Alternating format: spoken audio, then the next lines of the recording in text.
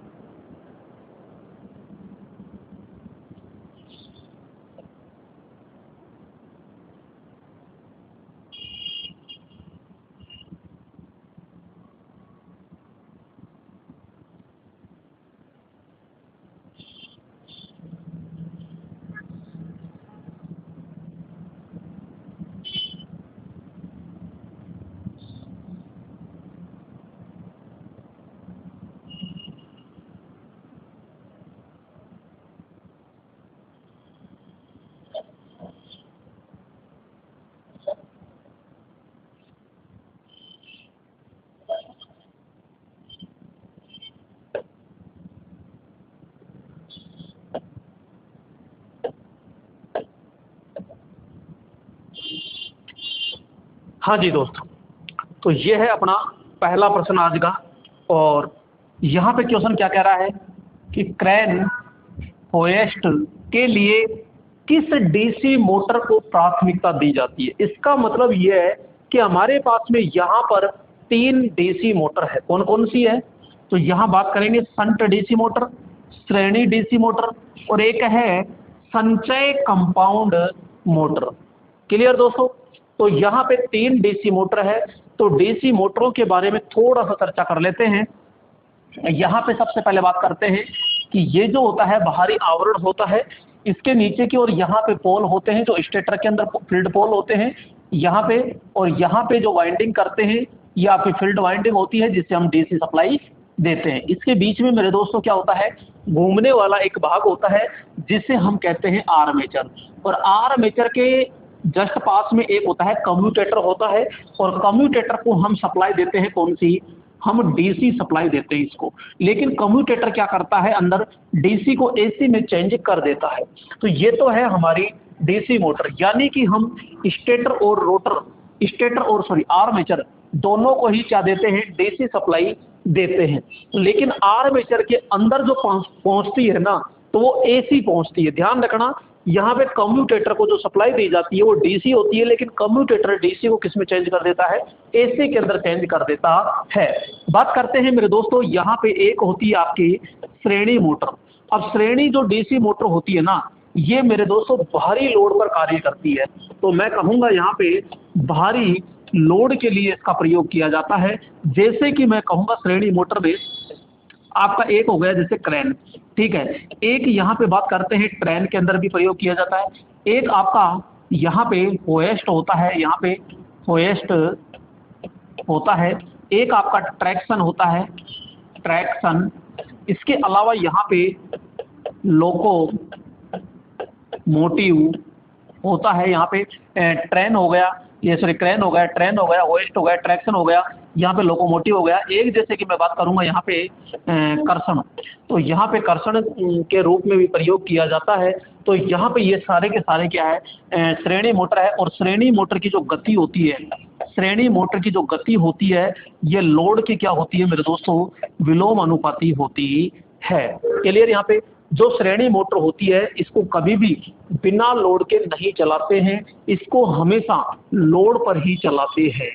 इसको लोड पर ही स्टार्ट किया जाता है, बिना लोड के इसको नहीं चलाते हैं। और जो श्रेणी मोटर होती है ना, इस श्रेणी मोटर को चलाने के लिए 2 पॉइंट स्टार्टर का क्या करते हैं, हम प्रयोग करते हैं। अब बात आती है यहाँ पे आपके कौन सी मोटर की? तो बात करते हैं शंट मोटर की। तो शंट मोटर में क्या होता है? शंट मोटर के लिए अपन कहते हैं कि इसका जो प्रयोग किया जाता है वो निम्न लोड के लिए किया जाता है। किसके लिए करते हैं दोस्तों? यहाँ पे निम्न लोड के लिए प्रयोग किया जाता है। तो इसका जो इसका जो उपयोग किया जाता है, आपके पंप मोटर होती है, छोटी मोटर होती है, उसमें हम प्रयोग करते हैं, ग्राइंडर में प्रयोग करते हैं, खराद मशीन होती है वहाँ पे इसका प्रयोग करते हैं।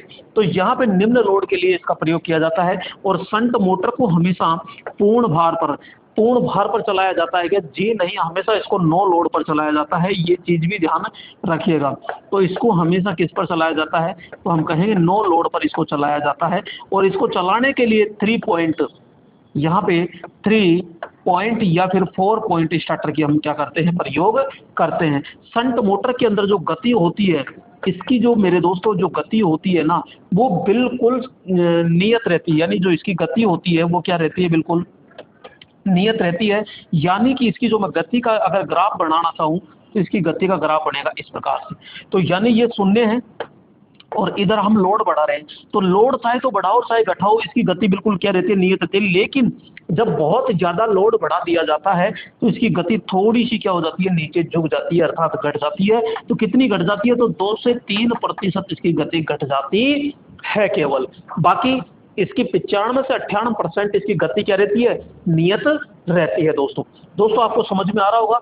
फिर आती है हमारी एक कंपाउंड मोटर। कौन सी मोटर होती है? यहाँ पे बात करते हैं, यहाँ पे कंपाउंड मोटर। और कंपाउंड मोटर क्या होती है? तो हम कहते हैं कि भाई साहब एक आर्मेचर होता है, यहाँ पे एक ये इसके श्रेणी क्रम में वाइंडिंग जोड़ते हैं और एक वाइंडिंग इसके समांतर में इस प्रकार से जोड़ी जाती है। तो ये जो डिजाइन तैयार दिख रही है आपको, तो यहाँ पे ये कंपाउंड मोटर होती है और ये 2 प्रकार की होती है। एक होती है डिफरेंशियल और एक होती है कम्युलेटिव। अब यहाँ पे अगर दोनों के टर्न समान दिशा में है तो ये कम्युलेटिव होती है। अगर एक के टर्न इसे और एक के टर्न जैसे मैं इधर दे दूं, यूं दे दूं, तो ये हो जाती है आपकी डिफरेंशियल कंपाउंड मोटर होती है। तो यहाँ पे जो कंपाउंड मोटर होती है, अचानक लोड कम हो जाए या अचानक लोड ज्यादा हो जाए तो वहां पर इसका हम प्रयोग करते हैं। तो इस कंपाउंड मोटर को चलाने के लिए किसका प्रयोग किया जाता है? तो भैया 4 पॉइंट स्टार्टर का हम क्या करते हैं? प्रयोग किया जाता है। क्लियर? यहाँ पे मेन रूप से आपकी 2 मोटर होती है कि जो आपकी सीरीज मोटर होती है, इसको हमेशा पूर्ण भार पर चलाया जाता है, यानी लोड पर चलाया जाता है, जबकि शंट मोटर को हमेशा नो लोड पर चलाया जाता है। जबकि यहाँ पे सीरीज मोटर होती है वो भारी लोड पर काम करती है, जबकि ये निम्न लोड पर काम करती है। इसकी गति लोड की विलोमानुपाती होती है और इसकी जो गति होती है वो बिल्कुल नियत होती है, यानी लोड पर निर्भर नहीं करती है। क्लियर मेरे दोस्तों? तो यहाँ पे कह रहा है क्रैन होएस्ट जो होते हैं इसमें कौन सी प्राथमिकता दी जाती है? तो डीसी श्रेणी मोटर होगी। तो यहाँ हम राइट ऑप्शन कर देंगे, यहाँ पे सी ऑप्शन होता है। क्लियर मेरे दोस्तों? आपको बहुत अच्छे से समझ में आ गया होगा मेरे ख्याल से। ठीक है, तो आगे चलते हैं। अगला जो पॉइंट आता है अपना, अगला क्वेश्चन आता है वो क्या आता है? और अगला प्रश्न देखिएगा यहाँ पे। और दोस्तों अगला प्रश्न आ चुका है यहाँ पे। और अगला प्रश्न क्या है ये देखिएगा। यहाँ पे कहा गया है कि डीसी मोटर में नो लोड 6 का मतलब होता है हानि, क्षति कह दो चाहे हानि कह दो, की गणना करने के लिए प्रयुक्त किया जाने वाला प्रयोग कौन सा है? तो दोस्तों स्विनबर्न का उपयोग किया जाता है। एक होता है रनिंग डाउन का, एक होता है ब्रेक टेस्ट का, एक होता है यहाँ पे फील्ड टेस्ट का हम प्रयोग करते हैं। सबसे पहले बात करते हैं मेरे दोस्तों, यहाँ पे एक आपका परीक्षण होता है यहाँ पे स्विनबर्न में। यहाँ पे स्विनबर्न या स्विनबर्न टेस्ट आप कह सकते हो। स्विनबर्न टेस्ट के नाम से इसको जाना जाता है। जब ये स्विनबर्न टेस्ट होता है ना, तो इसमें आप क्या ज्ञात करोगे? तो स्विनबर्न, पहली बात तो अपन कहेंगे कि ये जो स्विनबर्न होता है ना, ये किस पर होता है? Only for no load. किस पर होता है? तो हम बात करेंगे ये नो लोड पर होता है, नो लोड। और दोस्तों नो लोड पर जब वो होता है तो नो लोड यानी लोड ही नहीं है, तो इसमें धारा जाएगी क्या? जी नहीं, धारा नहीं जाएगी। जब धारा ही नहीं जाएगी तो ताम्र हानि होगी क्या? जी नहीं, ताम्र हानि नहीं होगी। तो यहाँ पे कौन सी क्षति ज्ञात करेंगे हम? लोह हानि ज्ञात करते हैं। लोह हानि को आप क्या कहोगे? तो हम कहेंगे करोड़ हानि, और इसी को क्या कहते हैं? चुंबकीय हानि कहते हैं। चुंबकीय हानि के नाम से इसको जाना जाता है। नेक्स्ट ध्यान रखना, ये जो स्विनबर्न होता है ये डीसी सीरीज मोटर के लिए प्रयोग नहीं होता है, शंट और कंपाउंड के लिए प्रयोग होता है। तो इसमें अपन लिख सकते हैं, यानी कि श्रेणी मोटर में प्रयोग नहीं होता, यानी कि नहीं होता है। ये चीज ध्यान रखना, श्रेणी मोटर के लिए बिल्कुल भी ये अवेलेबल नहीं होता है। नेक्स्ट मेरे दोस्तों, यहाँ पे मैं बात करूंगा दूसरा, और दूसरा कौन सा होता है, हॉपकिंस। कौन सा आता है, यहाँ पे हॉपकिंस टेस्ट आता है, ये हॉपकिंस टेस्ट आता है। और हॉपकिंस जो टेस्ट होता है इसमें क्या क्या होता है आइए देखते हैं।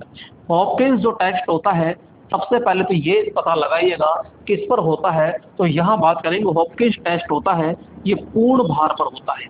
इस पर होता है पूर्ण भार, यानी फुल लोड पर यह ज्ञात किया जाता है। और इसके अंतर्गत क्या करेंगे, जब लोड दिया गया है तो मेरे दोस्तों यहाँ पे बोलो लोह हानि होगी कि नहीं होगी, लोह हानि होगी क्या। तो यहाँ पे कहेंगे अरे भैया लोह हानि तो अलग है। तो यहाँ पे हम कहेंगे जब पूर्ण लोड पर है तो धारा बहेगी, और धारा बहेगी तो ताम्र हानि होती है। तो यहाँ पे कौन सी हानि होगी, तो हम कहेंगे यहाँ पे ये ताम्र हानि होती है।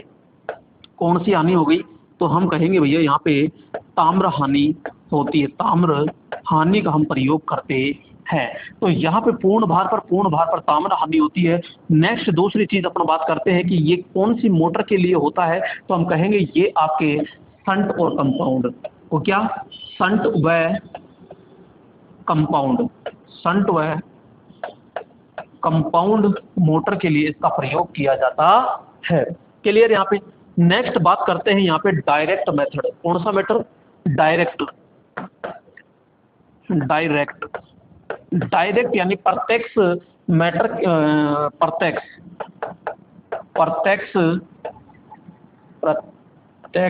प्रत्यक्ष जो टेस्ट होता है उसके लिए बात करते हैं।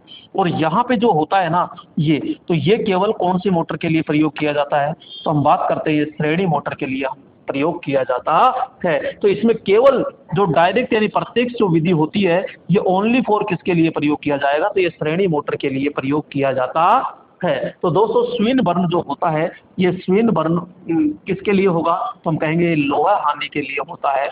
लोहा हानि के लिए रनिंग डाउन टेस्ट, एक होता है ब्रेक डाउन टेस्ट, एक होता है फील्ड डाउन टेस्ट होता है। तो यहाँ हॉपकिंस टेस्ट हो गया और डायरेक्ट टेस्ट होता है। तो यहाँ पे डीसी मोटर में जो होगा नो लोड पर, तो नो लोड पर ही तो पूछ रहा है, तो ओनली फोर किस पर होता है, तो अपन बात करेंगे यहाँ पे स्विनबर्न प्रयोग किया जाता है। तो राइट ऑप्शन हो जाएगा यहाँ पे, ठीक है। और फुल लोड पे पूछ ले आपसे, फुल लोड पर पूछ ले तो आप हॉपकिंस टेस्ट करोगे दोस्तों। क्लियर, समझ में आ गया होगा मेरे ख्याल से। तो यहाँ पे आपको तीन टेस्ट होते हैं, एक आपका स्विनबर्न टेस्ट हो गया, एक हॉपकिंस टेस्ट हो गया, और एक डायरेक्ट यानी प्रत्यक्ष टेस्ट होता है। तो डीसी मोटर के अंदर ये तीन टेस्ट प्रयोग किए जाते हैं। क्लियर। यहाँ पे अगला, इसको सेव कर देते हैं, और यहाँ पे अगला जो प्रश्न आता है वो अगला प्रश्न क्या आ रहा है, तो ये लीजिएगा अगला प्रश्न। और दोस्तों अगला प्रश्न बहुत ही लाजवाब प्रश्न है। तो यहाँ पे और प्रश्न क्या है, तो आइए देखते हैं। यहाँ पे क्वेश्चन कह रहा है वर्ग। वर्ग का मतलब होता है कि आप इसे क्लास भी कह सकते हो, CLASS, और इसे आप श्रेणी भी कह सकते हो, ठीक है। क्लास कह दीजिए, चाहे श्रेणी कह दीजिए, चाहे वर्ग कह दीजिए।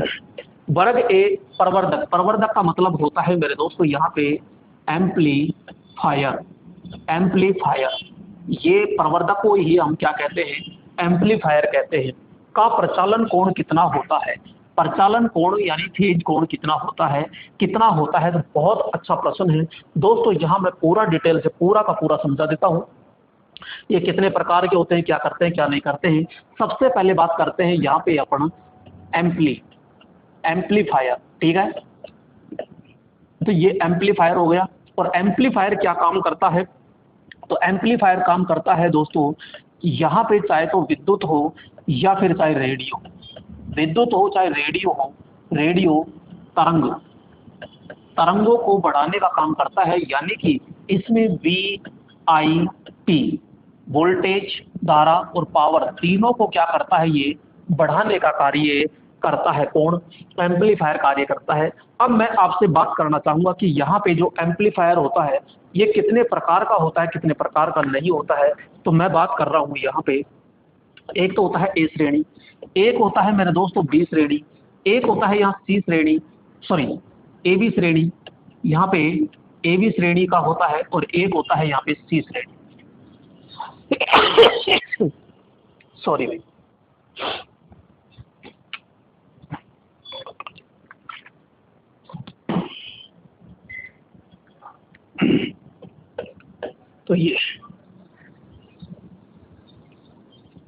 तो यहाँ पे अपन बात कर रहे हैं प्रकार की, तो ये यहाँ पे लिख दिया मैंने प्रकार।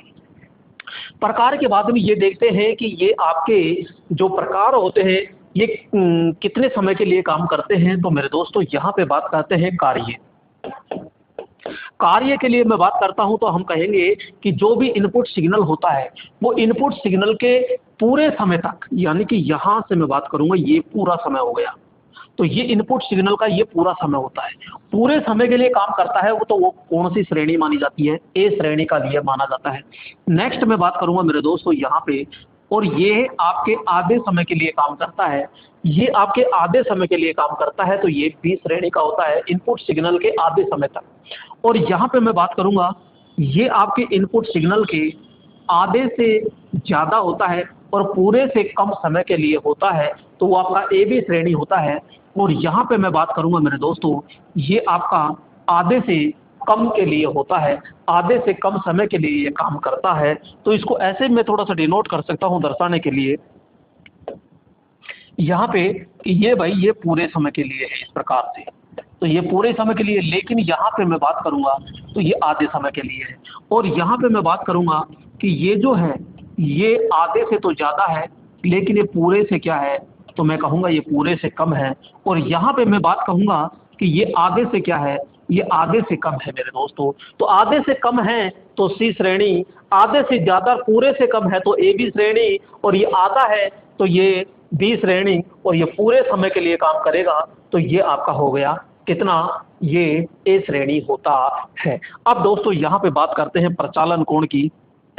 तो यहाँ पे मैं बात कर रहा हूँ मेरे दोस्तों यहाँ पे प्रचालन कोण, ये प्रचालन कोण हो गया। और प्रचालन कोण आप इसको देखकर आराम से बता सकते हो, ये पूरे समय के लिए काम है, तो बोलो ये कितना कोण बन रहा है, अरे तो ये 360 डिग्री तो बन रहा है।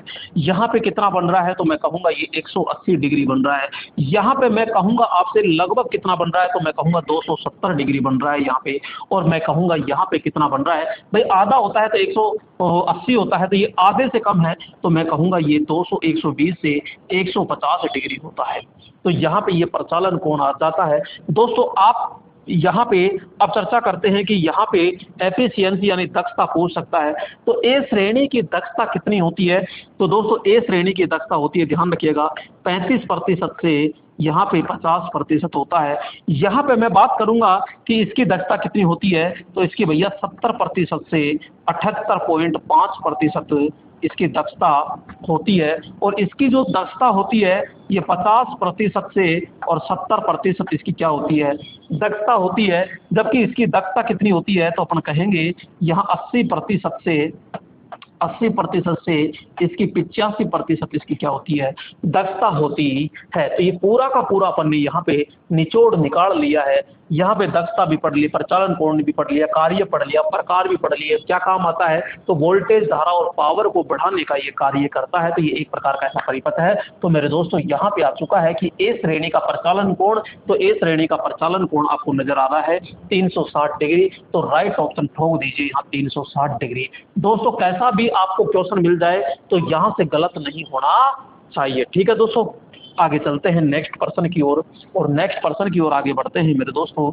अगला प्रश्न आ चुका है यहाँ पे, और आपके स्क्रीन पर अगला प्रश्न आ चुका है, तो आंसर भी दीजिए भाई दोस्तों। यहाँ पे कह रहा है किसी वोल्ट मापी का मतलब होता है वोल्ट मीटर की संवेदनशीलता, और संवेदनशीलता यानी कि सामान्यतः किस रूप में अभिव्यक्त की जाती है। दोस्तों संवेदनशीलता होती क्या है, तो अपन कहते हैं कि भाई साहब यहाँ पे एक शब्द होता है प्रतिरोध। क्या होता है रे मेरे दोस्तों, यहाँ प्रतिरोध होता है, और एक शब्द होता है यहाँ पे वोल्टेज। क्या होता है, वोल्टेज होता है। तो मैं कहूंगा कि भाई साहब यहाँ पे ये प्रतिरोध तथा वोल्टेज का जो अनुपात होता है उसे ही हम क्या कहते हैं, उसे ही हम संवेदनशीलता कहते हैं, संवेदनशीलता कहते हैं। प्रतिरोध तथा वोल्टेज का जो अनुपात होता है उसे ही हम क्या कहते हैं, संवेदनशीलता कहते हैं। यहाँ पे जो संवेदनशीलता का जो मात्रक होता है ना, इसका जो मात्रक होता है वो मात्रक क्या होता है, तो हम कहेंगे ओम प्रति वोल्ट होता है। ओम प्रति वोल्ट कहता है, यानी कि ओम प्रति वोल्ट होता है इसका मात्रक। तो किसमें मात्रक में तो होगा, तो ओम प्रति वोल्ट, ओम प्रति एम्पियर, वोल्ट ओम होता है। तो राइट ऑप्शन तो आपका क्या हो जाएगा, यहाँ पे ए ऑप्शन होता है। आपको दोस्तों अच्छे से समझ में आ रहा होगा। यहाँ पे लगभग जो संवेदनशीलता होती है वो 1 वोल्ट के लिए लगभग 20 किलो ओम प्रतिरोध होता है। यानी 1 वोल्ट बराबर, यानी 1 वोल्ट के लिए संवेदनशीलता कितनी होती है, तो कहते हैं लगभग 20 किलो ओम होती है। और 2 वोल्ट के लिए पूछ ले तो लगभग 40 किलो ओम होती है। तो ये भी ध्यान रखिएगा। क्लियर। तो यहाँ पे अगला प्रश्न चलते हैं और अगले प्रश्न की ओर। तो यहाँ पे मेरे दोस्तों अगला प्रश्न आपकी स्क्रीन पर आ चुका है। तो ये लीजिए अगला प्रश्न, ये लीजिए अगला प्रश्न आपकी स्क्रीन पर आ चुका है और इसका आंसर दीजिएगा दोस्तों। लीजिएगा, यहाँ पे कह रहा है कि डीसी मशीन का दिक् परिवर्तक का मतलब होता है मेरे दोस्तों यहाँ पे कम्यूटेटर। क्या होता है, तो बात करते हैं कम्यूटेटर किसकी तरह कार्य करता है। यानी कम्यूटेटर, पहले तो ये बताओ कि कम्यूटेटर कार्य क्या करता है। तो हम कहते हैं भैया कम्यूटेटर। तो यहाँ पे कम्यूटेटर, और कम्यूटेटर का जो काम होता है ना, ये काम होता है AC टू DC, और इसी का काम होता है क्या, कि DC टू AC। क्लियर। ये तो किसमें होता है, जनरेटर में, और ये किसमें होता है, तो हम कहते हैं मोटर में। और इन दोनों को मिला के ही तो कहते हैं DC मशीन, DC मशीन कहते हैं यहाँ पर। तो यहाँ पे कम्यूटेटर जो होता है किसका बना होता है, तो यहाँ कहना कठोर कृषित तांबे का बना होता है। किसका, कठोर कृषित तांबा, कठोर कृषित तांबा यानी कि हार्ड ड्रॉन कॉपर का बना होता है। दोस्तों यहाँ पे आपको ये नजर आ रही है, तो ये तो शाफ्ट है, और यहाँ से यहाँ तक का ये जो भाग नजर आ रहा है ये, इसे कहते हैं आर्मेचर। ये तो है आपके क्रोड, और क्रोड के अंदर ये सफेद सफेद नजर आ रही है ना दोस्तों, इसको कहते हैं, बोलो इस सफेद सफेद को क्या कहते हैं, तो इसे कहते हैं पच्छड़ यानी कि वेडेज कहते हैं। ये बाहर वाइंडिंग को बाहर निकलने से रोकने का कार्य करती है। यहाँ पे मैं बात करूंगा ये क्या है, तो ये है आर्मेचर।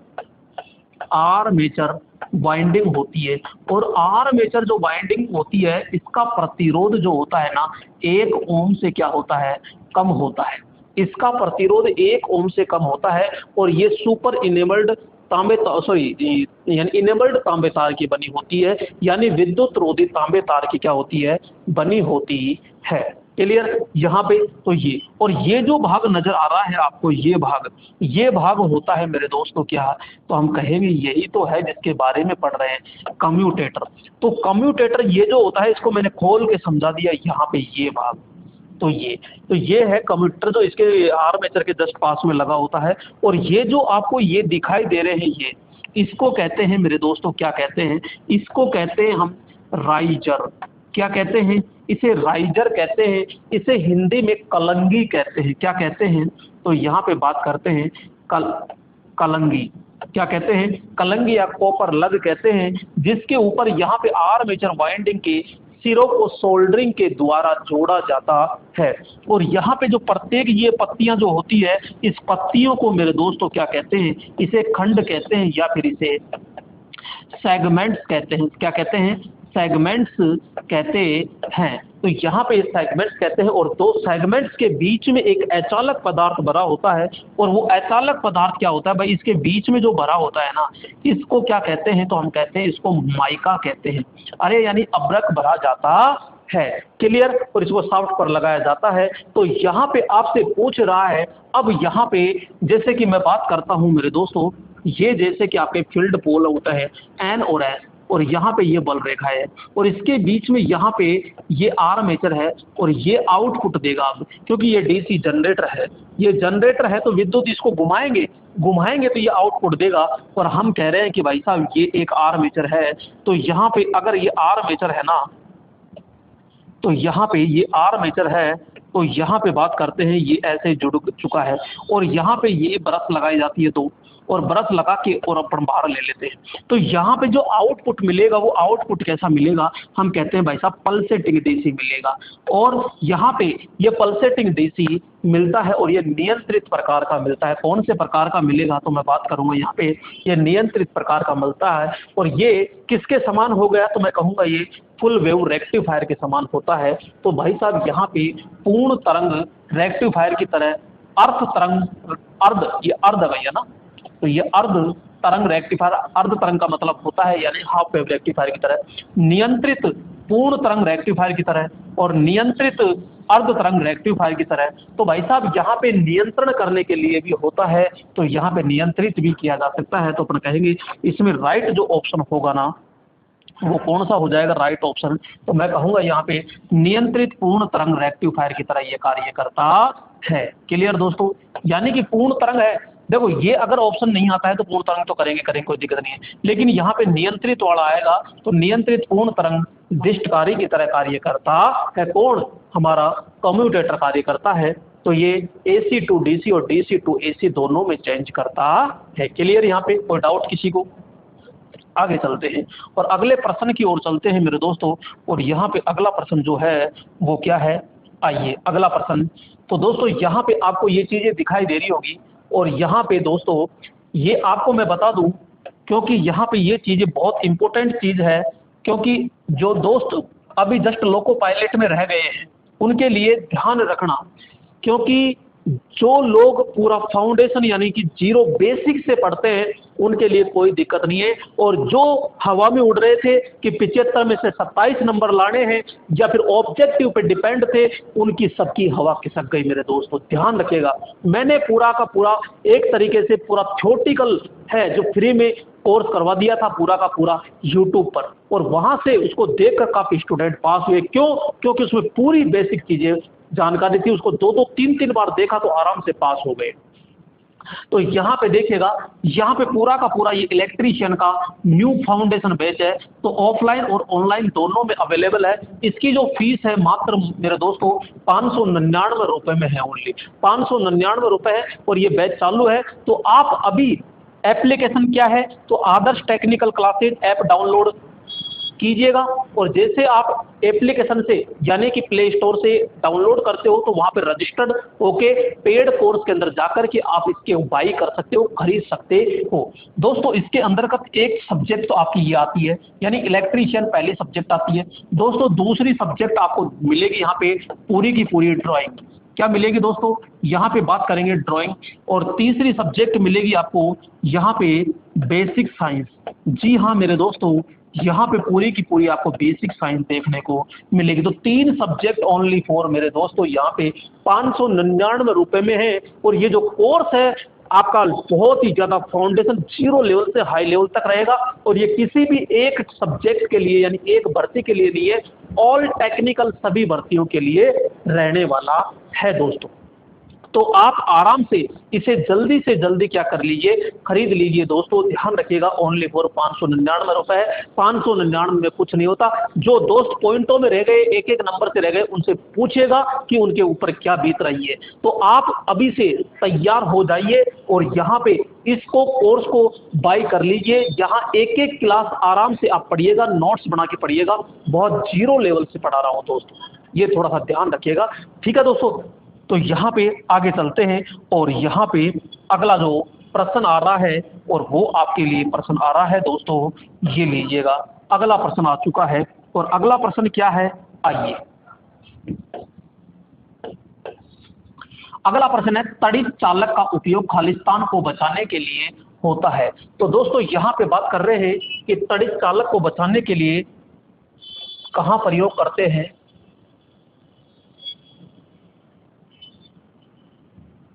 ये तो यहाँ पे तड़ित चालक को बचाओ सर, तो यहाँ पे अपन कहते हैं कि तड़ित चालक होता क्या है।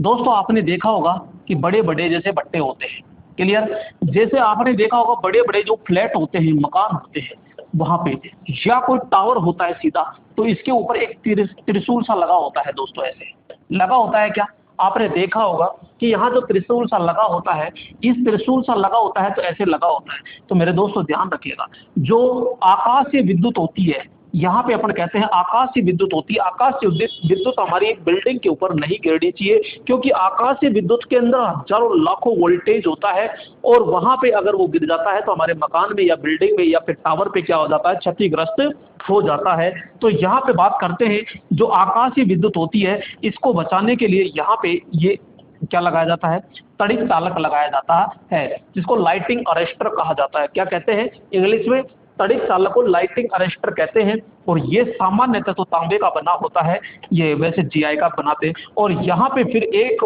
वायर मोटा लगाया जाता है, तो यहाँ पे ये सीधा का सीधा क्या कर दिया जाता है दोस्तों, ये ग्राउंड कर दिया जाता है। गलती से आपने ग्राउंड नहीं किया तो कहते हैं आ बेल मुझे मार, वो स्थिति हो जाएगी, यानी दूर गिर रही है बिजली, उसको वापस पास में बुला के अपने घर के ऊपर पटक दोगे।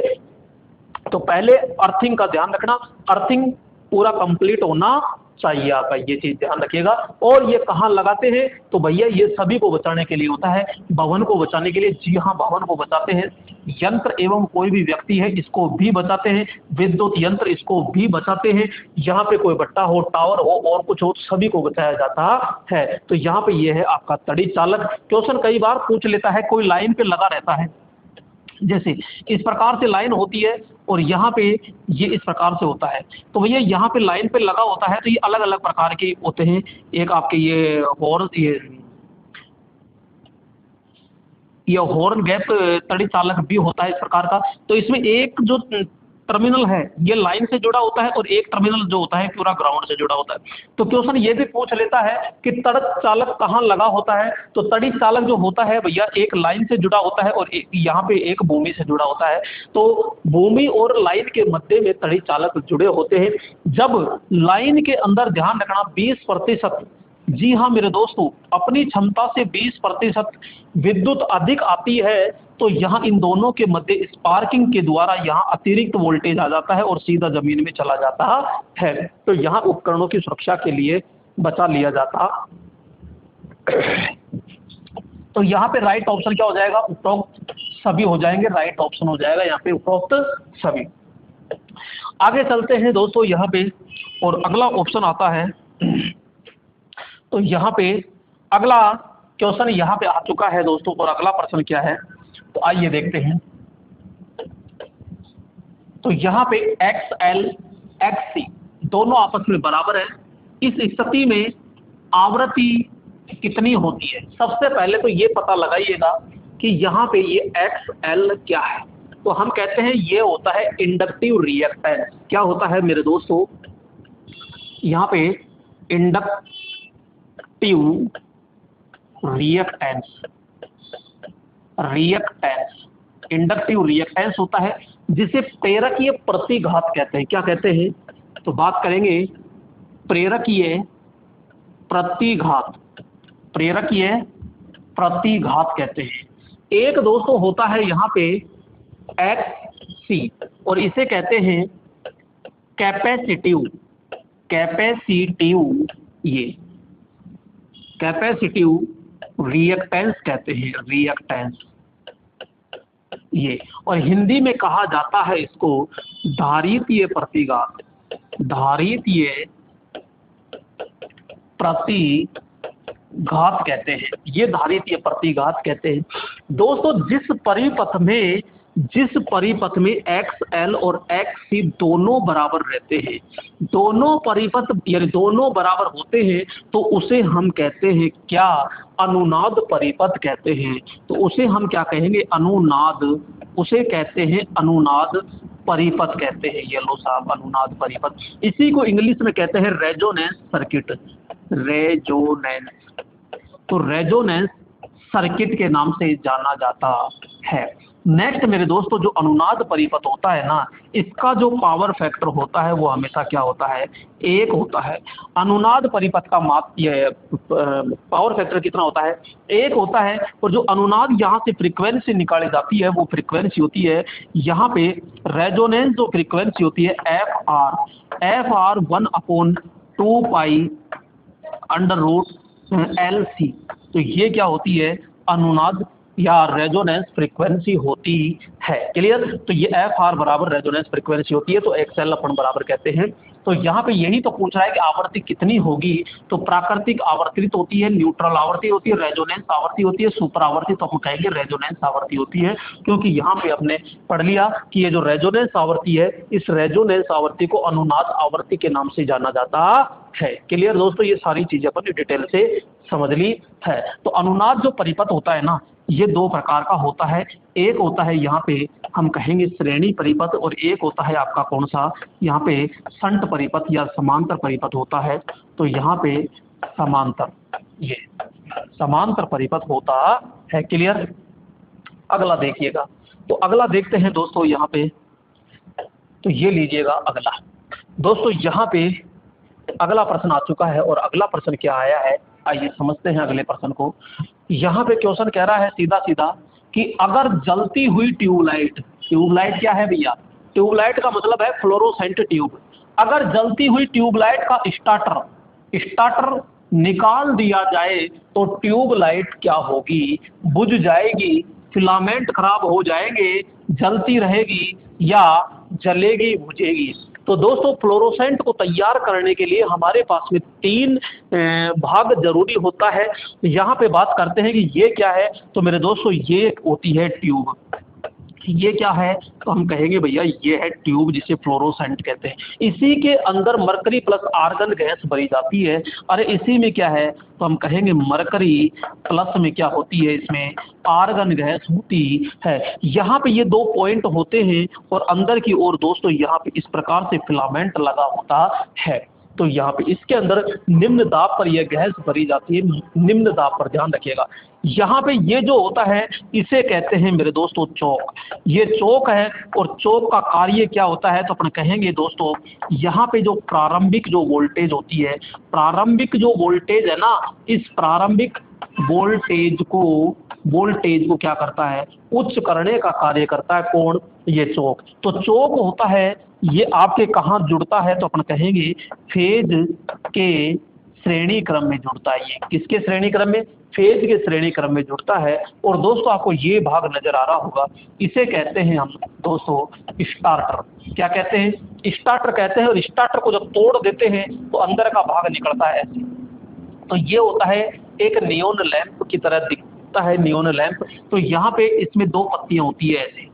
तो ये 2 पत्तियां होती है और इसके अंदर कौन सी गैस भरी जाती है, तो ध्यान रखना इसमें हीलियम गैस भरते हैं। कौन सी गैस भरते हैं, तो हम कहेंगे हीलियम। और हीलियम ऑप्शन में नहीं मिले तो हाइड्रोजन गैस भरते हैं। और इसके दोनों टर्मिनल के समांतर क्रम में दोस्तों ये कैपेसिटर भी लगाते हैं, ये देख लीजिए। तो यहाँ पे बात करते हैं, ये कैपेसिटर भी हम प्रयोग करते हैं, जो पावर फैक्टर को सुधारने के लिए प्रयोग किया जाता है, यानी कि पावर फैक्टर को बढ़ाने के लिए ये प्रयोग किया जाता है। इसका मैं थोड़ा सा डायग्राम बनाता हूँ तो दोस्तों ऐसे तैयार होता है। ये है हमारी ट्यूब, ठीक है। तो ये ट्यूब 2 पॉइंट इधर हो गए, 2 पॉइंट इधर हो गए, क्योंकि 2 पॉइंट इधर है, 2 पॉइंट इधर होते हैं। तो यहाँ पे ये छोटा सा होता है स्टार्टर, और ये स्टार्टर ऐसे जुड़ता है भैया ये, और यहाँ पे लगा होता है हमारा चौक। तो चौक के 2 पॉइंट होते हैं, एक तो ये जोड़ दिया और ये सीधा आ जाता है फेज के साथ में, और एक रहता है न्यूट्रल। तो ये न्यूट्रल इस प्रकार से यहाँ जोड़ दिया जाता है। तो ये तो होता है क्या, स्टार्टर, ये तो होता है स्टार्टर, और ये होता है चौक। तो मेरे दोस्तों ध्यान रखना, जब यहाँ पे ये फिलामेंट होता है, ये फिलामेंट जब विद्युत दी जाती है ना, जब विद्युत देते हैं तो शुरू में जो धारा जाती है वो इधर से यूं जाती है, यूं, और इधर से यूं जाती है। तो ये लेकिन जब चोक हमारा क्या करता है, शुरू में वोल्टेज को बहुत ज्यादा इंक्रीज कर देता है, बहुत ज्यादा बढ़ा देता है। जब बहुत ज्यादा बढ़ा देता है तो धारा जो है सीधी की सीधी बात में इधर से जाने लग जाती है, क्योंकि यहाँ गैस का आयनीकरण हो जाता है। तो जब धारा पूरी की पूरी इधर से चली जाती है तो यहाँ इस स्टार्टर में कोई काम नहीं होता, यानी धारा बिल्कुल भी नहीं जाती है। बाद में आप इसे खोल सकते हो, हमारी ट्यूबलाइट निरंतर चलती रहेगी। लेकिन अगर गलती से एक बार बंद कर दिया तो दोबारा चालू नहीं होगी। तो यही कह रहा है, अगर जलती हुई ट्यूबलाइट का स्टार्टर निकाल दिया जाए तो ट्यूबलाइट मेरे दोस्तों यहाँ पे क्या होती रहेगी, तो हम कहेंगे जलती रहती है। क्या रहेगी, जलती रहती है। लेकिन अगर शुरू में ही निकला हुआ है और आप चालू कर रहे हो तो ट्यूबलाइट कभी भी नहीं जले, क्योंकि उसका परिपथ टूटा हुआ रहता है। आपसे क्वेश्चन पूछा जाए कि इसका पावर फैक्टर क्या है, तो हम कहेंगे भैया इसका पावर फैक्टर होता है पश्चगामी। क्या होता है, इसका पश्चगामी होता है। इसका पावर फैक्टर क्या होता है, पश्चगामी होता है। इस चीज को ध्यान रखना। तो यहाँ पे क्लियर, तो ये पूरी की पूरी चीज अपन ने डिटेल से पढ़ ली दोस्तों। आइए आगे बढ़ते हैं और यहाँ पे आगे चलते हैं अगला। और अगला यहाँ पे प्रश्न आ चुका है, और अगला प्रश्न क्या है दोस्तों, आइए समझते हैं यहाँ पे। और अगला प्रश्न यहाँ पे आ चुका है। तो यहाँ पे अब क्या है, जेनर डायोड का उपयोग, जेनर डायोड का उपयोग क्या होता है दोस्तों। जेनर डायोड यहाँ पे लिखते हैं जेनर, वो जेनर है, कोई दिक्कत नहीं है, जेनर ही होता है। वैसे एक्चुअल में क्या होता है, जेनर होता है। तो जेनर डायोड, तो जेनर डायोड की बात करते हैं। सबसे पहले बात करते हैं इसका प्रतीक। तो भैया इसका प्रतीक जो होता है वो इसका प्रतीक होता है ऐसे जेड की तरह। क्लियर, चाहे उल्टा जेड हो चाहे सीधा जेड हो, कोई दिक्कत नहीं है। ये होता है एनोड और ये होता है कैथोड। नेक्स्ट बात करते हैं इसका संयोजन कैसे करते हैं। तो मैं बात करूंगा संयोजन। तो संयोजन ये हमेशा रिवर्स अवस्था में प्रयोग होता है। किसमें होगा, तो मैं बात करूंगा रिवर्स, रिवर्स अवस्था। ये रिवर्स अवस्था में लगता है, यानी कि यहाँ पे ये आपका जेनर डायोड होता है। तो ये इधर से तो माइनस और इधर से देंगे हम प्लस। ये क्या करता है, ये वोल्टेज को नियंत्रण करने का कार्य करता है। किसको, तो यहाँ पे वोल्टेज को नियंत्रण, तो ये वोल्टेज को क्या करता है, तो यहाँ पे नियंत्रण करता है। किसको नियंत्रण करेगा, तो हम कहेंगे वोल्टेज को नियंत्रण करता है। तो ये जेनर डायोड होता है। तो जेनर डायोड हमेशा रिवर्स अवस्था में लगता है। तो किस अवस्था में लगेगा, रिवर्स अवस्था में लगता है। इसका प्रतीक ये हो गया, एनोड और कैथोड हो गया। और ये वोल्टेज को क्या करता है, ये नियंत्रित करता है दोस्त। तो यहाँ पे मेरे दोस्तों, और अगर मैं डायोड की बात करता हूँ तो ध्यान से देखिएगा। एक होता है आपका सामान्य डायोड। क्या होता है, तो मैं बात करूंगा सामान्य डायोड। डायोड को डी से लिख रहा हूँ ना। सामान्य डायोड जो होता है ये आपका केवल स्विचिंग का कार्य करता है, ना धारा को कंट्रोल करता है ना वोल्टेज को कंट्रोल करता है। ये एक होता है आपका टनल डायोड। और टनल, ये टनल डायोड होता है, उसका सिंबल कैसा होता है, तो अपन कहेंगे कि भाई साहब उसका सिंबल होता है ये ऐसा सिंबल होता है। नेक्स्ट कहेंगे यहाँ पे शॉर्ट की डायोड। क्या, शॉर्ट की डायोड। और शॉर्ट की जो डायोड होता है वो कैसे होता है, तो ये आपका शॉर्ट, सॉरी,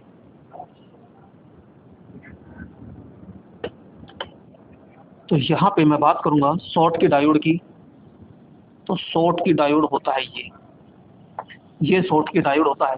जबकि मैं बात करूंगा वेक्टर डायोड, वेक्टर डायोड। और वेक्टर डायोड होता है कैसे, तो ये वेक्टर डायोड होता है। नेक्स्ट बात करूंगा गन डायोड। तो यहाँ पे गन जो डायोड होता है वो इस प्रकार से होता है, ये आपका गन डायोड होता है। नेक्स्ट यदि मैं दोस्तों बात करूं, सामान्य डायोड होगा, टनल हो गया, यहाँ शॉर्ट की हो गया। यहाँ पे मैं बात करता हूँ एलईडी डायोड। तो एलईडी डायोड जो होता है, ये आपका एलईडी डायोड जो होता है ये यानी प्रकाश किरणों को बाहर की ओर निकालता है। जबकि एक होता है यहाँ पे फोटो डायोड। और फोटो डायोड कैसा होता है, तो ये अंदर की ओर होता है, ये अंदर की ओर होता है। तो ये सारे के सारे डायोड बता दिए दोस्तों। आपको जो ये प्रतीक दिखाई दे रहे हैं ये इस प्रकार से, तो ये सारे के सारे कौन से हैं, तो हम कहेंगे ये जेनर डायोड होते हैं। ये कौन से होंगे दोस्तों, ये जेनर डायोड होते हैं। तो आरएफ स्विचिंग में, इंडिकेटर में, वोल्टेज रेगुलेटर में और पावर एम्पलीफायर में। तो वोल्टेज रेगुलेटर कह दो चाहे वोल्टेज नियंत्रण करना कह दो, तो राइट ऑप्शन आपका क्या होता है, यहाँ पे सी ऑप्शन होता है दोस्तों। क्लियर, तो यहाँ पे नेक्स्ट आगे बात करते हैं दोस्तों, और नेक्स्ट अगला प्रश्न होता है अपना, ये लीजिएगा। तो यहाँ पे अगला प्रश्न आ चुका है, और अगला प्रश्न जो है वो क्या है, आइए समझते हैं अगला प्रश्न। तो यहाँ पे अगला प्रश्न है squirrel cage induction motor. Squirrel cage induction cage का मतलब हो गया, तो यहाँ पे बात कहेंगे अपन गिलहरी, गिलहरी पिंजरा, गिलहरी पिंजरा प्रेरण, प्रेरण मोटर। दोस्तों इस चीज को ध्यान रखिएगा, गिलहरी पिंजरा प्रेरण मोटर या स्क्वायरल केज इंडक्शन मोटर। और एक होती है यहाँ pay slip ring induction motor. Slip ring induction motor से अलग है, क्यों, इसमें क्या नहीं होता, यानी कह रहा है दोस्तों, अब ध्यान पूर्वक इसको समझिएगा। ये तो है स्टेटर, ये तो क्या है, स्टेटर, भाई ऊपर का भाग है, ऊपर का ये जो भाग है ये तो बॉडी है, ये आपका क्या है, टर्मिनल बॉक्स है, ये आपके टर्मिनल है, ये आपकी बैकेलाइट की प्लेट है। तो यहाँ पे बात करते हैं अंदर का ये भाग, ये वाइंडिंग है और ये स्टेटर है, ठीक है, ये खांचे हैं, ये नेम प्लेट है, ये आधार प्लेट है, और यहाँ पे ये है आपका रोटर। ये क्या है, मैं बात करूंगा, ये है रोटर। और रोटर कैसा है, बेलनाकार है, तो ये बेलनाकार है, इसके अंदर धीरे धीरे घुस जाएगा, और जैसे अंदर घुसेगा तो यहाँ पे जैसे ही सप्लाई देते हैं और इसके अंदर बन जाता है चुंबकीय क्षेत्र ये, और चुंबकीय क्षेत्र है तो इससे टकराएगा, और टकराएगा तो चुंबकीय प्रेरण क्रिया के कारण इसमें भी ईएमएफ हो जाएगा, तो इसका भी चुंबकीय क्षेत्र होगा और इसका भी चुंबकीय क्षेत्र, दोनों में घमासान क्या होगी, लड़ाई होगी, लड़ाई होगी तो टॉर्क बढ़ेगा, टॉर्क बढ़ेगा तो ये घूम जाएगा और हमारी मोटर क्या हो जाती है, सेल्फ स्टार्ट मोटर हो जाती है। तो ये दोनों भाग किसके हैं, तो हम कहेंगे दोनों भाग तो मेरे दोस्तों ये तो प्रेरण मोटर के हैं। और इधर हम बात करते हैं कि लगभग स्टेटर तो ऐसा ही रहता है इसका भी, और इस भाग को लिए और इसके अंदर घुसा देते हैं, और जैसे घुसा देते हैं तो ये होती है हमारी कौन सी मोटर, तो अपन बात करते हैं, तो ये तो होती है हमारी स्लिप रिंग, स्लिप, तो बात करते हैं यहाँ पे, ये होती है स्लिप रिंग मोटर। और दोस्तों स्लिप रिंग मोटर में देखो ध्यान से, यहाँ पे एक स्लिप होती है, ये दो स्लिप रिंग होती है, ये तीन स्लिप रिंग होती है। और स्लिप रिंग किसकी बनी होती है, तो मैं कहूँगा फास्फोरस ब्रोंज की। तो यहाँ पे फास्फोरस, फास्फोरस ब्रोंज की बनी होती है, फास्फोरस ब्रोंज की बनी होती है। तो यहाँ पे ये फास्फोरस किसकी बनी है, ब्रोंज की बनी होती है। और यहाँ पे दोस्तों ब्रश लगी होती है 3, और ये 3 फेज रियोस्टेट के द्वारा जुड़ी होती है। क्लियर, तो ये ध्यान रखना, ये डीसी सीरीज मोटर जो होती है उसकी तरह व्यवहार करती है, किसमें, चाल और लोड के साथ में। तो इसमें बात करेंगे कि इसकी जो गति होती है ना, इसकी जो गति होती है वो लोड के क्या होती है, विलोम अनुपाती होती है। यानी कि मैं बात करूंगा यहाँ पे लोड की, तो लोड की, जबकि इसकी जो गति होती है, इसकी जो गति होती है ना वो बिल्कुल क्या होती है, नियत, यानी कि शंट मोटर की तरह होती है। तो इसकी गति नियत रहती है, इसकी गति नियत नहीं रहती है। तो squirrel cage induction motor slip ring induction motor से अलग है, बिल्कुल दोनों अलग है। तो भाई क्यों इसमें नहीं होता है, यानी कि पिंजरा के अंदर क्या नहीं होता है, तो दोस्तों इसमें बोलो स्लिप रिंग होती है ना, इसमें स्लिप रिंग है क्या, जी नहीं, इसमें किसी प्रकार की कोई स्लिप रिंग नहीं होती है। ये बाहरी लोड के लिए प्रयोग किया जाता है, जबकि ये निम्न से लेकर भारी लोड तक ये भी प्रयोग होती है, लेकिन ये निम्न के लिए भी हम प्रयोग करते हैं। तो स्लिप रिंग है, स्टार्टिंग वाइंडिंग है, रोटर वाइंडिंग है और रोटेटिंग पार्ट्स होते हैं। तो मेरे दोस्तों यहाँ पे अपन बात करेंगे कि स्लिप रिंग नहीं होते हैं। तो यहाँ पे ये राइट ऑप्शन क्या हो जाएगा, यहाँ पे ए ऑप्शन होता है। क्लियर, इसको चलाने के लिए स्टार डेल्टा स्टार्टर की आवश्यकता पड़ती है, जबकि इसको चलाने के लिए रोटर प्रतिरोध स्टार्टर की हमको आवश्यकता पड़ती है। इसकी संरचना जटिल होती है, इसकी संरचना थोड़ी आसान होती है, इसका गति नियंत्रण करना सरल होता है, इसका गति नियंत्रण करना कठिन होता है, ये चीज भी ध्यान रखिएगा, ठीक है। तो ये सारी, ये महंगी होती है और ये सस्ती होती है। इसका आकार बड़ा होता है, इसका आकार क्या होता है, छोटा होता है, क्योंकि इसमें एक्स्ट्रा स्लिप रिंग लगी है, इसमें स्लिप रिंग नहीं होती है। दोस्तों ये सारी चीजें अपन ने जान ली है। आगे चलते हैं और आगे यहाँ पे देखते हैं दोस्तों, अगला प्रश्न आ चुका है। और अगला प्रश्न लीजिएगा, ये यहाँ पे धमाकेदार प्रश्न आ रहे हैं दोस्तों, यहाँ पे आपको किसी प्रकार की कोई टेंशन नहीं करनी है। अगला क्वेश्चन क्या है, सेंट्रीफ्यूगल स्विच। दोस्तों ये सेंट्रीफ्यूगल स्विच क्या है, तो इसे मेरे दोस्तों कहते हैं अप केंद्रीय स्विच। क्या कहते हैं, अप केंद्रीय स्विच, अप केंद्रीय इसे स्विच कहते हैं। अब केंद्रीय स्विच का कार्य क्या होता है, तो दोस्तों यहाँ पे देखिएगा थोड़ा सा ध्यान से, यहाँ पे होता है ये पिंजरा प्रेरण, ये सॉरी स्क्वायरल केज रोटर होता है, यहाँ पे ये रनिंग वाइंडिंग होती है, ठीक है, और यहाँ पे इस वाइंडिंग को हम सप्लाई से जोड़ देते हैं। लेकिन यहाँ पे एक और वाइंडिंग होती है जो पतले तार अधिक लपेट की होती है, और इसे हम कहते हैं स्टार्टिंग वाइंडिंग। अब ये जो वाइंडिंग होती है ये मोटर को स्टार्ट करने के लिए प्रयोग की जाती है, यानी स्क्वायरल केज मोटर होती है। तो यहाँ पे करते क्या है मेरे दोस्तों, यहाँ पे एक ये स्विच लगाया जाता है, तो ये स्टार्टिंग वाइंडिंग के श्रेणी क्रम में जो स्विच लगाया जाता है उसी को हम क्या कहते हैं, अब केंद्रीय स्विच कहते हैं। और अब केंद्रीय स्विच क्या काम करता है, जैसे ही मोटर हमारी स्टार्ट होती है ना, जब मोटर स्टार्ट हो जाती है तो ये आराम से इस वाइंडिंग को कनेक्ट करके रखता है, कोई दिक्कत नहीं है, परिपथ को जोड़ के रखता है। और जब मोटर हमारी 75% क्या हो जाती है, गति पे घूमने लग जाती है, 75% गति पे घूम जाती है, तो यहाँ पे ये भाई साहब क्या करता है, यहाँ पे ये डिस्कनेक्ट हो जाता है, यानी कि मैं कहूँगा, यहाँ पे मैं कहूँगा ये थोड़ा सा क्या हो जाता है, यहाँ से अलग कर देता है, यानी इस स्टार्टिंग वाइंडिंग को परिपथ से तोड़ देता है। लेकिन गलती से गति कम हो गई और 75% कम हो जाती है तो वापस ये जोड़ भी देता है, तो अब केंद्रीय स्विच होता है। तो ये जो भाग होता है ये शाफ्ट के ऊपर लगा होता है। ये किसके ऊपर लगा होता है, तो मैं कहूँगा ये शाफ्ट के ऊपर लगा होता है। ये किसके ऊपर लगा होता है, तो ये शाफ्ट के ऊपर लगा होता है, या बीच में शाफ्ट होती है, और ये जो भाग लगा होता है ये एंड प्लेट पर लगा होता है। तो यहाँ पे इसको योग करते हैं तो ये क्या है, अब केंद्रीय स्विच यानी अब केंद्रीय बल के कारण ये क्या ऊपर उठ करके काम करता है, तो यह स्प्रिंग लगी होती है, तो ये भाग होता है। ये दोनों भाग है जो नीचे की ओर टच रहते हैं।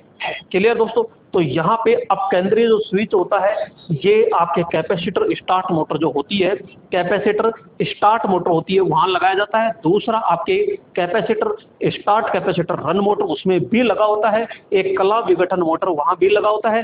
स्थायी कैपेसिटर जो मोटर होती है वहां पे इसका प्रयोग नहीं किया जाता है। तो ये आपके सिंगल फेज मोटरों में उपयोग किया जाता है। तो बात कर रहे हैं क्या कि रनिंग वाइंडिंग को डिस्कनेक्ट, भाई साहब रनिंग वाइंडिंग को नहीं, यहाँ पे बात कर रहे हैं अपन स्टार्टिंग वाइंडिंग। कौन सी वाइंडिंग होती है ये, तो बात कर रहे हैं ये स्टार्टिंग वाइंडिंग, जबकि ये कौन सी वाइंडिंग होती है, तो हम बात करते हैं ये रनिंग वाइंडिंग होती है। स्टार्टिंग वाइंडिंग को डिस्कनेक्ट करना जब मोटर 75% चाल पर प्राप्त कर लेती है। तो वही तो चीज अपन समझा रहे कि 75% गति पर जब घूम जाती है तो वाइंडिंग को क्या कर देता है, डिस्कनेक्ट कर देता है। तो यहाँ पे रोटर रजिस्टर को डिस्कनेक्ट करना उपरोक्त में से कोई नहीं, तो राइट ऑप्शन तो क्या हो जाएगा, यहाँ पे बी ऑप्शन हो जाता है। बोलो समझ में आ रहा है कि नहीं आ रहा, तो यहाँ पे बी ऑप्शन आपका राइट ऑप्शन होगा दोस्तों। क्लियर, नेक्स्ट चलते हैं और अगले प्रश्न की ओर चलते हैं दोस्तों। यहाँ पे तो ये लीजिएगा, और अगला प्रश्न आ चुका है यहाँ पे, और अगला प्रश्न क्या है, आइए। तो अगला प्रश्न है यहाँ पे कि AC single phase energy meter, energy meter का मतलब होता है ऊर्जा मीटर। क्या होता है, ऊर्जा मीटर किस इकाई में ऊर्जा को रिकॉर्ड करता है, यानी दोस्तों घरों के अंदर जो आपका मीटर लगा होता है इसे हम क्या कहते हैं, ऊर्जा मीटर कहते हैं। ऊर्जा मीटर कहते हैं, इधर से जो पोल से लाइट आती है वो, और इसके बाद इधर चली जाती है। ये जो मीटर होता है ऊर्जा मीटर, ये एक प्रकार का इंटीग्रेटिंग यंत्र होता है, यानी कि ये एक प्रकार का मैं कहूँगा एक यहाँ पे एकीकृत क्या होता है, एकीकृत, या मैं कहूँगा इसको समाकलन, समाकलन प्रकार का ये क्या होता है, यंत्र होता है। और ये जो रिकॉर्ड करता है ये KWH के अंदर रिकॉर्ड करता है, यानी कि यूनिट के रूप में एकत्रित करता है। तो KWH किलोवाट घंटा, हजारों डिस्क होती है, हर वाट घंटा नहीं, यहाँ पे किलोवाट घंटा राइट ऑप्शन क्या हो जाएगा, यहाँ पे ए ऑप्शन होता है। बोलो दोस्तों समझ में आया कि नहीं आया, तो यहाँ पे इस प्रकार से ऊर्जा मीटर होता है। नेक्स्ट चलते हैं अगले प्रश्न की ओर, और अगला प्रश्न आ चुका है दोस्तों यहाँ पे, और अगला प्रश्न है यहाँ पे, ये लीजिएगा अगला प्रश्न आपके स्क्रीन पर आ चुका है दोस्तों। यहाँ पे कह रहा है करंट ट्रांसफार्मर, और करंट ट्रांसफार्मर को 200 सीटी में कहते हैं सीटी। करंट ट्रांसफार्मर को शॉर्ट में क्या कहते हैं, इसको सीटी कहते हैं, और हिंदी में बोलते हैं धारा परिणामित्र का द्वितीय खालिस्तान होता है। तो भाई साहब यहाँ पे जो आपको दिखाई दे रहा है ये है आपका सीटी, करंट ट्रांसफार्मर है। ये क्या है, करंट ट्रांसफार्मर होता है, और जो पावर हाउस होते हैं वहां पे ये इस प्रकार से लगाए जाते हैं, तो ये करंट ट्रांसफार्मर होता है। दोस्तों बात करते हैं, यहाँ पे देखिएगा, यहाँ पे इसकी जो प्राइमरी होती है, प्राइमरी इसकी एक या दो लपेट में होती है इस प्रकार से, और ये लाइन के श्रेणी क्रम में लगा होता है। इसकी सेकेंडरी होती है मेरे दोस्तों, और सेकेंडरी पतले तार अधिक लपेट की होती है, और उसमें काफी सारे टर्न होते हैं, और वो सीधी एक मीटर के द्वारा जोड़ी जाती है। और वो जो मीटर होता है वो कौन सा होता है, आइए उसके बारे में भी चर्चा कर लेते हैं। यहाँ पे होता है एमीटर, ये होती है सेकेंडरी, ये होती है प्राइमरी, और बीच में लगा दी जाती है मेरे दोस्तों कोर। तो यहाँ पे बात करते हैं, ये होता है हमारा एमीटर, और ये जो एमीटर होता है इसकी क्षमता होती है ओनली फॉर 5 एम्पियर होती है। तो यहाँ पे ये उच्च धारा किसको, तो मैं कहूँगा यहाँ पे उच्च धारा से सुरक्षा या फिर उच्च धारा को मापने में सीटी का क्या किया जाता है, प्रयोग किया जाता है। ये जो होती है, ये जो प्राइमरी होती है ना, ये मोटे तार कम लपेट की होती है, जबकि यहाँ पे मैं बात करूंगा ये सेकेंडरी जो होती है, ये पतले तार अधिक लपेट की होती है। यहाँ पे ये अधिक लपेट की होती है। अब क्या पूछ रहा है, तो भैया द्वितीयक वाइंडिंग, तो द्वितीयक वाइंडिंग पहली भाषा में तो अपन कहेंगे द्वितीयक वाइंडिंग पतले तार अधिक लपेट की होती है, चारों तरफ से बिल्कुल बंद होती है, एमीटर के साथ में जुड़ी होती है, 5 एम्पियर का होता है। तो मोटी गेज की होती है क्या, जी नहीं, मोटी गेज की नहीं होती, तो मोटी को तो काट दिया। पतली गेज की होती है, बिल्कुल पतली गेज की होती है, और अधिक लपेट में होती है, तो अधिक लपेट में होती है। बोलो यहाँ पे, अब देखो, अब ये पूरी डिटेल अगर आपने समझ ली है तो यहाँ पे क्वेश्चन कैसे भी बना दे, कोई दिक्कत ही नहीं है। क्लियर। और यहाँ पे अपन कहते हैं लाइन के श्रेणी क्रम में होता है, तो यहाँ पे अपन कहेंगे लाइन के, यहाँ पे किस क्रम में जोड़ा जाता है, तो लाइन के श्रेणी क्रम में इसको जोड़ा जाता है। तो आप किसी को डाउट है तो बोलिएगा। एक होता है सीटी और एक होता है पीटी। तो पीटी इसका जस्ट उल्टा होता है, वो समांतर क्रम में लगा होता है, ये समांतर क्रम में लगा होता है। उसकी जो प्राइमरी होती है वो पतली तार अधिक लपेट की होती है, सेकेंडरी जो होती है मोटे तार कम लपेट की होती है, और उसके समांतर में एक वोल्ट मीटर लगा होता है जो 110 वोल्ट का होता है। ठीक है, तो यहाँ पे राइट ऑप्शन अपन ने लगा ही दिया, कोई दिक्कत नहीं है। अगला प्रश्न लीजिएगा, और अगला प्रश्न आ चुका है दोस्तों यहाँ पे, और ये लीजिए अगला प्रश्न। और अगला प्रश्न क्या है कि निम्नलिखित विकल्पों में से लोह चुंबकीय यानी कि फेरोमैग्नेटिक पदार्थ कौन सा होता है।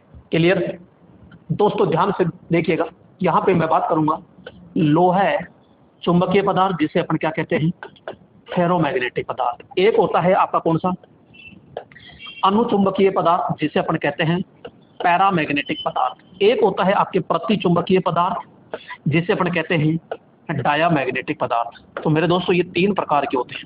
कितने प्रकार के होते हैं, ये 3 प्रकार के आपके पदार्थ होते हैं। हम एक ही भाषा में समझते हैं कि भाई साहब ये चुंबक है, सॉरी यहाँ पे कहते हैं कि ये एक चुंबक है और ये चुंबकीय बल रेखाएं हैं। क्लियर। यहाँ पे अगर किसी पदार्थ को ले जाने पर इसकी चुंबकीय बल रेखाएं में वृद्धि हो जाती है। अरे कोई भी पदार्थ है, इसको ले गया मैं और इसकी चुंबकीय बल रेखा में वृद्धि हो जाती है, तो वृद्धि होने पर आपका पदार्थ क्या कहलाएगा, ये। तो अपन कहेंगे यहाँ पे वृद्धि यानी चुंबक में वृद्धि होती है। किसमें वृद्धि होती है, तो मैं कहूँगा चुंबक के अंदर क्या हो जाती है, वृद्धि हो जाती है। तो वो पदार्थ आपका लोहा चुंबकीय पदार्थ कहलाता है।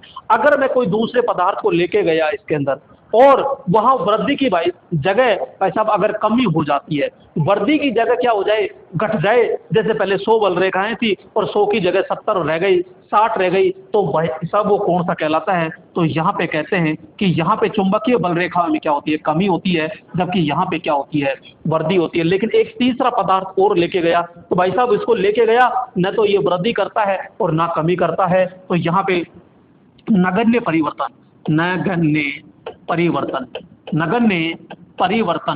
करता है यहाँ पे, तो वो पदार्थ क्या कहलाएगा, तो वो अनुचुंबकीय पदार्थ कहलाता है। अरे क्या कहलाता है, तो मैं बात करूंगा अनुचुंबकीय पदार्थ कहलाता है। अब इसके अंदर कौन कौन आता है, तो मैं कहूंगा भाई साहब इसके अंदर लोहा आता है।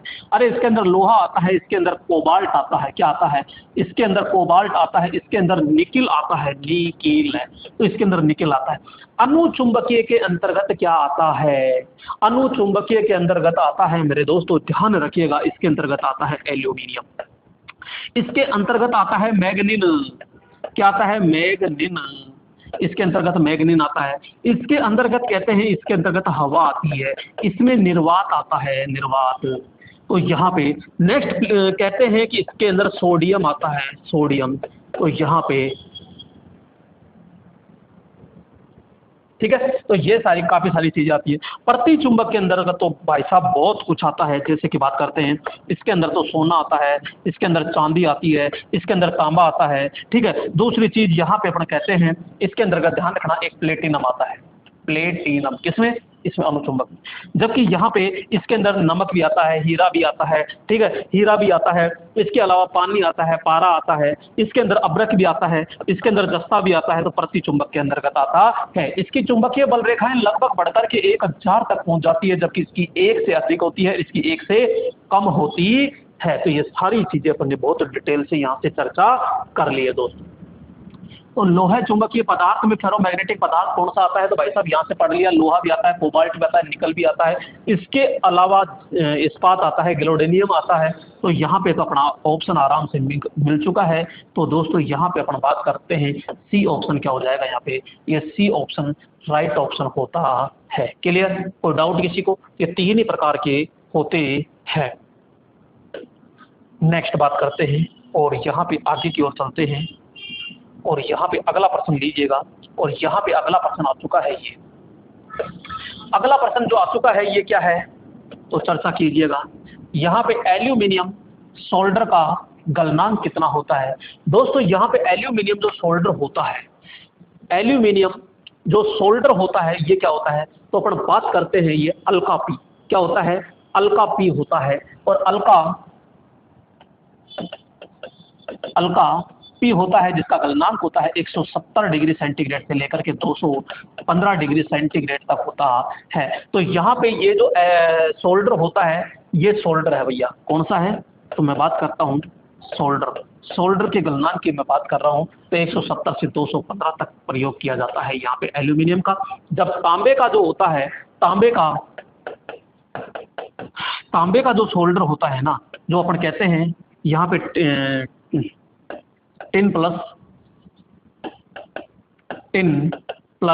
सीसा, तो यहाँ पे टिन प्लस सीसा जो होता है, इसका गलनांक जो होता है लगभग अपन बात करते हैं 160 से लेकर के 190 या आगे तक जाता है वैसे, लेकिन नॉर्मल इसके मध्य में आपको देखने को मिल जाता है। तो यहाँ पे राइट ऑप्शन तो क्या हो जाएगा, 170 से 215 डिग्री सेंटीग्रेड होता है एल्यूमिनियम के लिए। और यहाँ पे जो फ्लक्स होता है एल्यूमिनियम के लिए, जो फ्लक्स होता है वो एस्टेनिन प्रयोग करते हैं, कौन सा, एस्टेनिन प्रयोग किया जाता है, या फिर अपन काइनाल कहते हैं, ठीक है।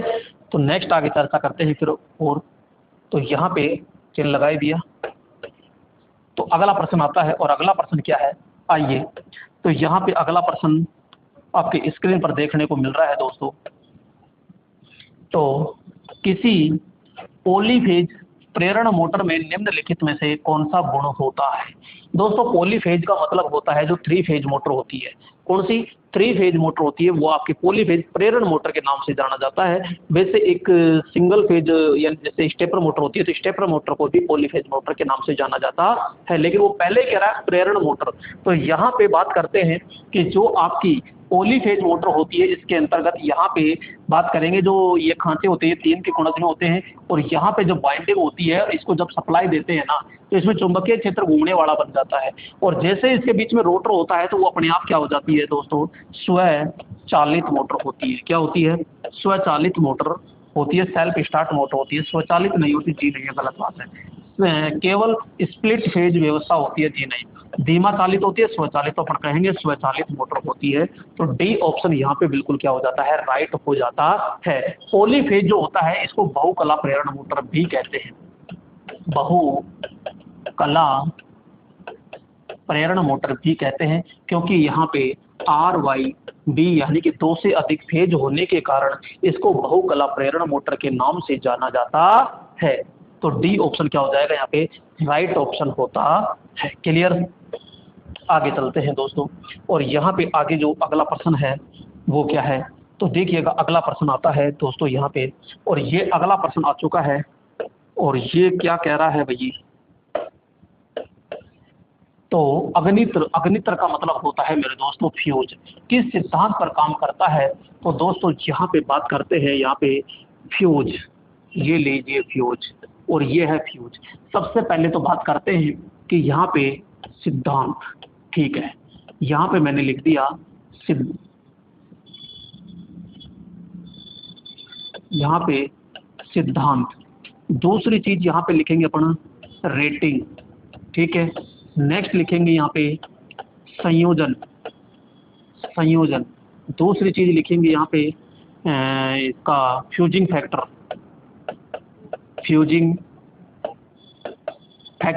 नेक्स्ट बात कर देंगे इसका ये यानी क्या काम करता है, यानी कि कार्य, ये कार्य क्या करता है। दूसरी चीज अपन बात करेंगे इसके अंतर्गत जो ये होता है, इसमें तार किसका बना होता है, यानी तार। नेक्स्ट बात करते हैं कि सिद्धांत आ गया, कार्य हो गया, ठीक है, और ये हो गया, और कार्य, और एक करते हैं कि सुरक्षा, ये किससे सुरक्षा करता है। तो दोस्तों यहाँ पे आप ध्यानपूर्वक समझिएगा, यहाँ पे सबसे पहले बात करते हैं कि किस सिद्धांत पे काम करता है, तो ये केवल फोर, तो बात करेंगे केवल ऊष्मीय, और ऊष्मीय को यहाँ तापीय सिद्धांत भी कह सकते हैं, थर्मल सिद्धांत कह सकते हैं, ऊष्मा कह दो, ठीक है, ताप कह दो, या तापीय सिद्धांत। रेटिंग जो होती है ओनली फॉर किसमें होती है इसकी रेटिंग, तो बात करेंगे एम्पियर में होती है। इसका संयोजन तो बात करेंगे दोस्तों फेज के श्रेणी क्रम में होता है, फेज के श्रेणी क्रम में होता है। फ्यूजिंग फैक्टर इसका 1 से क्या होता है, 1 से हमेशा अधिक होता है, इसका 1 से अधिक होता है। सुरक्षा किससे करता है, तो मैं बात करूंगा कि ये जो सुरक्षा करता है ये ओवरलोड, यहाँ पे ओवरलोड व शॉर्ट सर्किट, तो दोनों से ही क्या करता है, ये सुरक्षा करता है।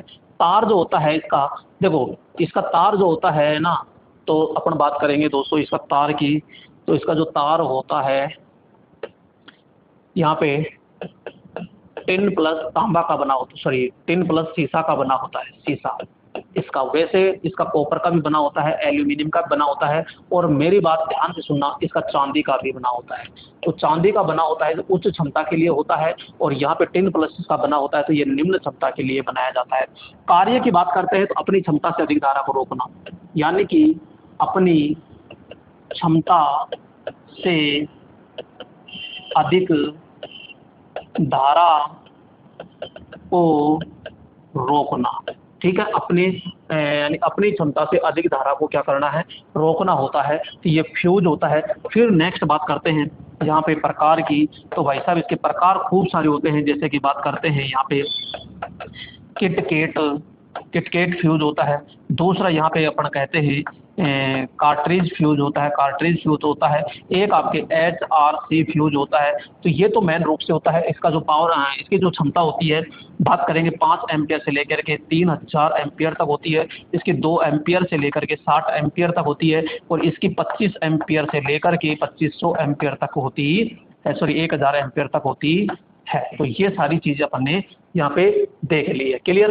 तो ये किस सिद्धांत पर काम करता है, तो अपन कहेंगे स्थिर विद्युत ताप पर, रासायनिक, चुंबकीय और ताप। तो यहाँ पे ताप प्रभाव पर काम करता है, तो सी आपका राइट ऑप्शन होता है। तो इस तरीके से दोस्तों पूरी डिटेल के साथ चर्चा करेंगे, तो कोई दिक्कत नहीं। ये तो 25% भी नहीं है दोस्तों, ध्यान रखना।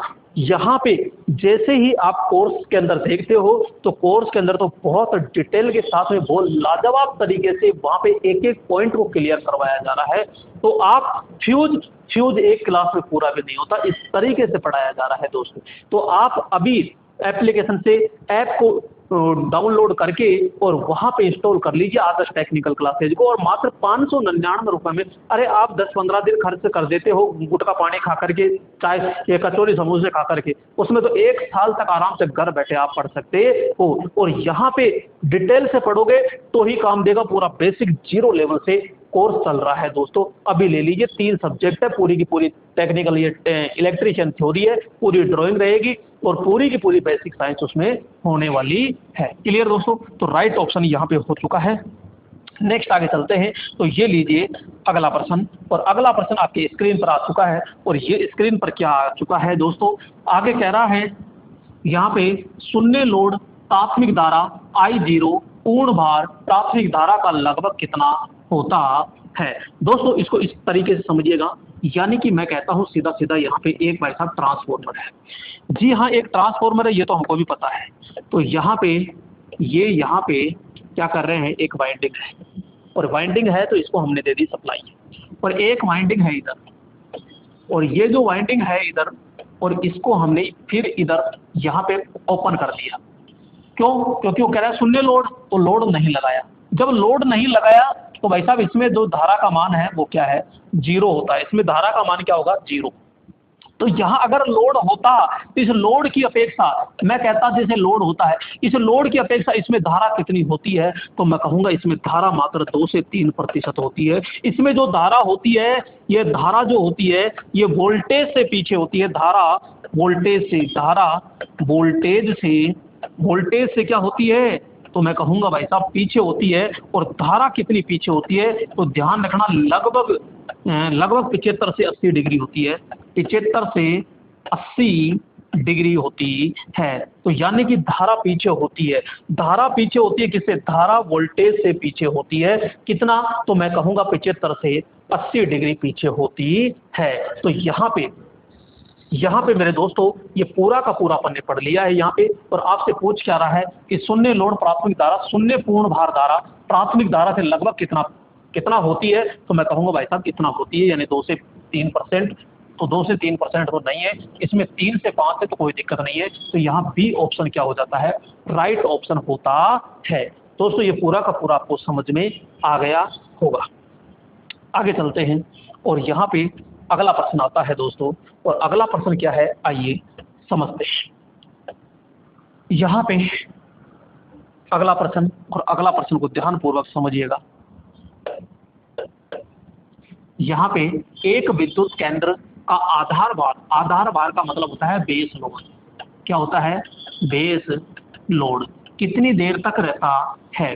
तो भाई साहब जो आधार लोड होता है वो कितनी देर तक रहता है, तो 12 से 24 घंटे प्रतिदिन होता है। यहाँ पे 8 से 12 होता है, 2 से 4 होता है, और 4 से 8 होता है। आपके घरों के अंदर चर्चा कीजिएगा तो वहाँ पर कहते हैं कि रात भर 12 घंटे तो ऐसे होते ही होते हैं। तो दिन में भी तो आप यूज में लेते हो, तो यहाँ पे 12 से 24 घंटे प्रतिदिन होता है। तो ए ऑप्शन सीधा सीधा क्या हो जाता है, यहाँ पे राइट हो जाता है। तो इसमें ज़्यादा समझने वाला कोई दिक्कत नहीं था मेरे दोस्तों।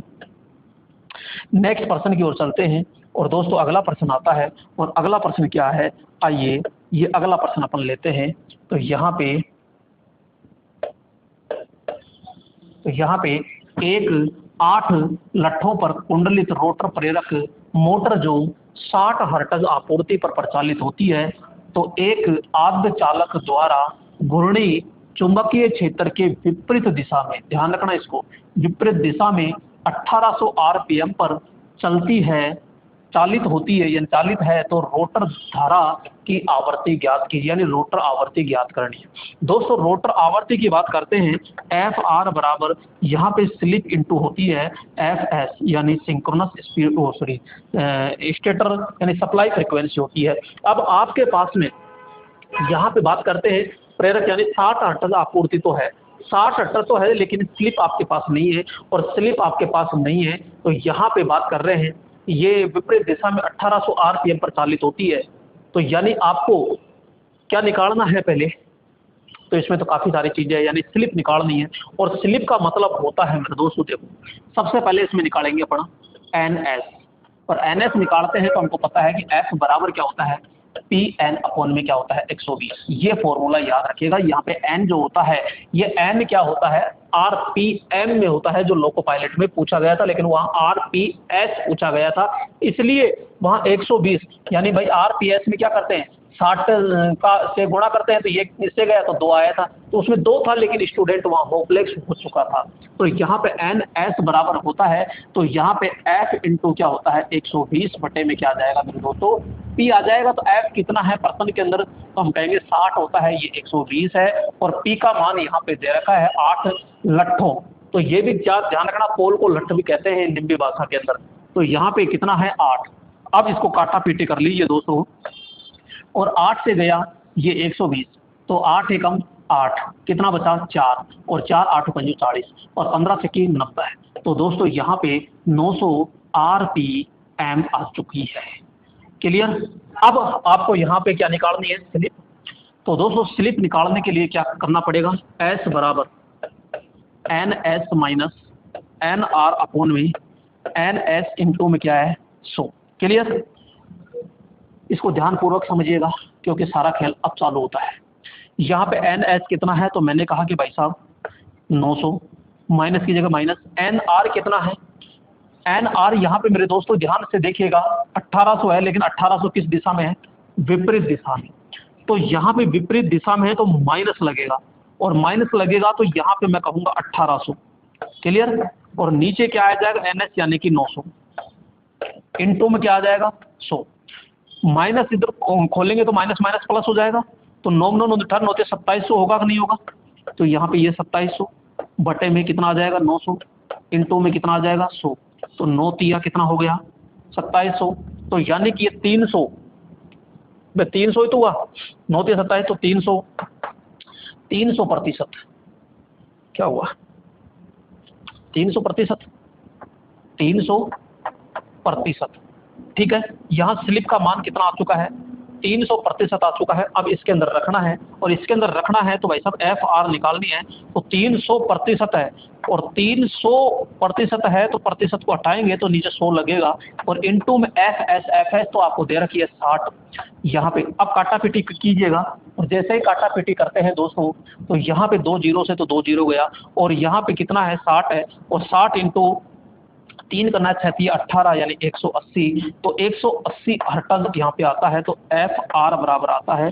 तो ये आपको राइट ऑप्शन होगा कि नहीं होगा दोस्तों, 180 देख लीजिए, तो 180 यहाँ पे राइट ऑप्शन मिल जाएगा देखने को। तो ये क्वेश्चन भी दोस्तों यहाँ पे आया हुआ है, तो ये ऐसे कैसे आपको तरीके से करना है, यहाँ विपरीत नहीं कहता, तो यहाँ कुछ अलग नज़ारा होता, तो यहाँ फिर अपन क्या करते कुछ अंतर लेते, अंतर में 900 आता, और फिर काटा पीटी करते तो अलग आता। क्लियर। तो यहाँ पे 180 हर्ट्ज आता है।